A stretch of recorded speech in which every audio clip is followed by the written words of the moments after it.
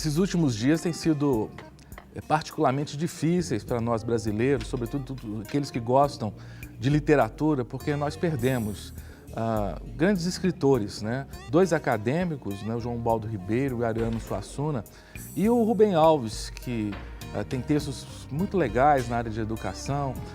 O Rubem Alves era filósofo, ele era de origem presbiteriana, e foram três perdas importantes para a nossa literatura, né?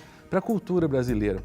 E ontem foi o sepultamento do Ariano Suassuna lá em Recife, e vendo o cortejo, vendo aqueles momentos, eu fiquei pensando como esse momento da morte é um momento difícil, lidar com a morte, lidar com a partida, a despedida. E me fez lembrar do pedido do Rubem Alves, né? Rubem Alves, ele foi cremado e pediu que as suas cinzas fossem colocadas sob uma árvore, um ipê amarelo. Rubem Alves sempre foi poético, né, e desejou que isso acontecesse. E eu fiquei pensando, né, o que será que eu gostaria que fosse colocado na minha lápide, né? Que texto, né? Rubem Alves quis que suas cinzas fossem jogadas sob uma árvore em pé amarelo. E eu, quando for sepultado, se for cremado, não sei, né? Que texto que eu gostaria, né? Porque o texto que é colocado na nossa lápide, ele revela muito sobre aquilo que nós fomos em vida, quando estávamos vivos, né? E eu fiquei pensando nisso e lembrei de um grande cristão que viveu há mais de 2000 anos, o apóstolo Paulo, né? Paulo, um pouco antes de morrer, ele estava escrevendo uma das suas cartas para um discípulo seu, Timóteo.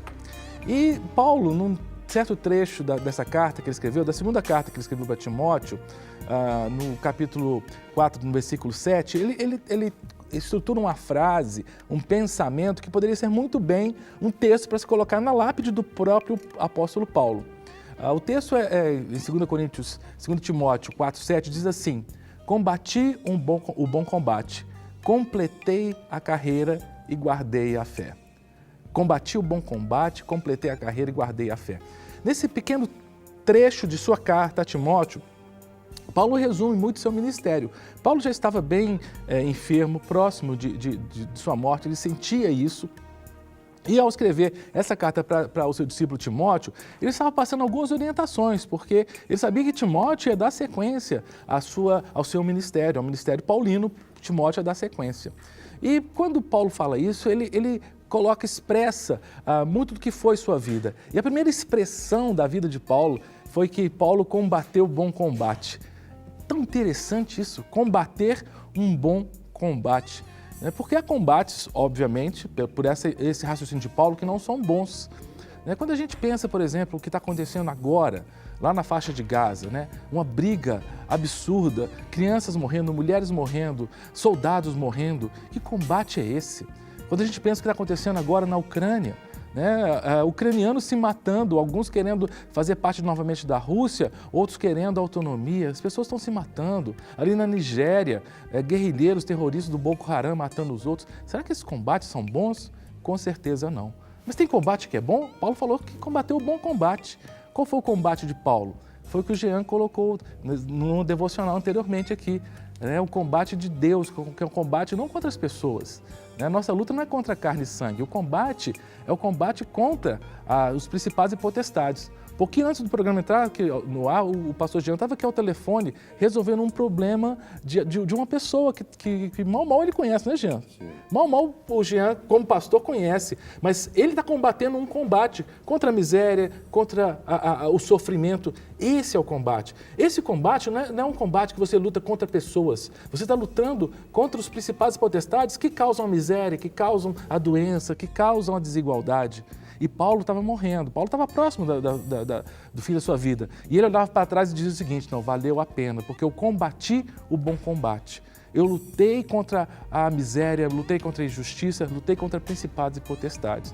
Mas ele falou que não só combateu o bom combate, ele disse: combati o bom combate, completei a minha carreira, eu completei a corrida. Olha que legal, mas Paulo ainda não tinha morrido. Mas ele entendia que a corrida cristã, a carreira cristã, inclusive em outros textos da Bíblia a gente vê isso, né? É uma corrida, não uma corrida individual, é uma corrida de revezamento. Você olha no Antigo Testamento, por exemplo, os profetas, Elias, Eliseu, há como se numa corrida de revezamento você passa o bastão para o outro. Então a sua corrida, na realidade, não é só sua, ela é de muitos. E você corre um trecho dessa corrida. De repente, o seu trecho são 50 anos, seu trecho são 100 anos, são 30, são 20, são 10 anos, né, nessa carreira aqui na Terra. Mas a pergunta é, você vai completar a sua carreira? Você vai receber o bastão e passar esse bastão para alguém? Que bastão que é esse? É o Evangelho. Você está cumprindo isso? Você vai passar esse ministério como Paulo estava passando para Timóteo, dizendo o seguinte: Timóteo, eu fiz o melhor que Deus me capacitou a fazer. Eu combati um combate bom, que foi o combate contra a miséria, contra os principados e potestades. E estou completando o meu trecho da carreira. E legal que Paulo completa o raciocínio, né? Eu combati o bom combate, completei a carreira e guardei a fé.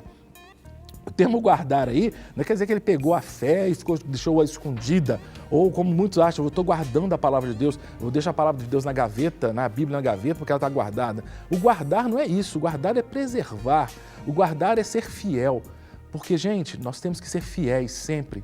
Tem um pastor que foi o responsável pela minha ida para o campo missionário, o pastor Francisco Leonardo, ele é holandês e foi meu professor lá no Centro Evangélico de Missões em Viçosa. E a gente chama de Chiquinho, né, carinhosamente. Toda vez que o Chiquinho encontra com um de seus ex-alunos, ele faz uma pergunta em grego. Ele só faz assim, pistos. Pistos quer dizer em grego fiel. Ele quer saber, você está fiel? Ele encontra seus alunos e fala, você é fiel? E essa é a pergunta, né? E eu pergunto para você, você é fiel? Porque ninguém está vendo, mas Deus está te vendo. E você está guardando a fé? É uma pergunta que Deus faz para mim e eu me faço. Eu estou guardando a fé? Quando meus dias terminarem nessa minha carreira, nesse meu trecho dessa corrida, eu vou ser encontrado no final fiel, fiel ao Senhor, fiel aos princípios que Deus me deu? Eu não sei realmente quanto tempo Deus ainda tem para mim aqui, mas se um dia, antes da volta de Jesus, se um dia eu falecer, talvez um dos textos que eu gostaria que colocasse na minha lápide e colocassem como reconhecimento da minha vida, seria esse texto de 2 Timóteo 4,7, né? O Cássio combateu o bom combate, ele completou a carreira e guardou a fé. Agora, para eles colocarem isso na minha lápide, eu vou ter que trabalhar muito, eu vou ter que cumprir todas essas prerrogativas que a gente viu na vida de Paulo. E na sua lápide, que texto que será que as pessoas vão colocar? Cabe a você, com a sua vida, estruturar esse texto, para que no final eles possam colocar um texto assim como foi colocado na lápide do apóstolo Paulo.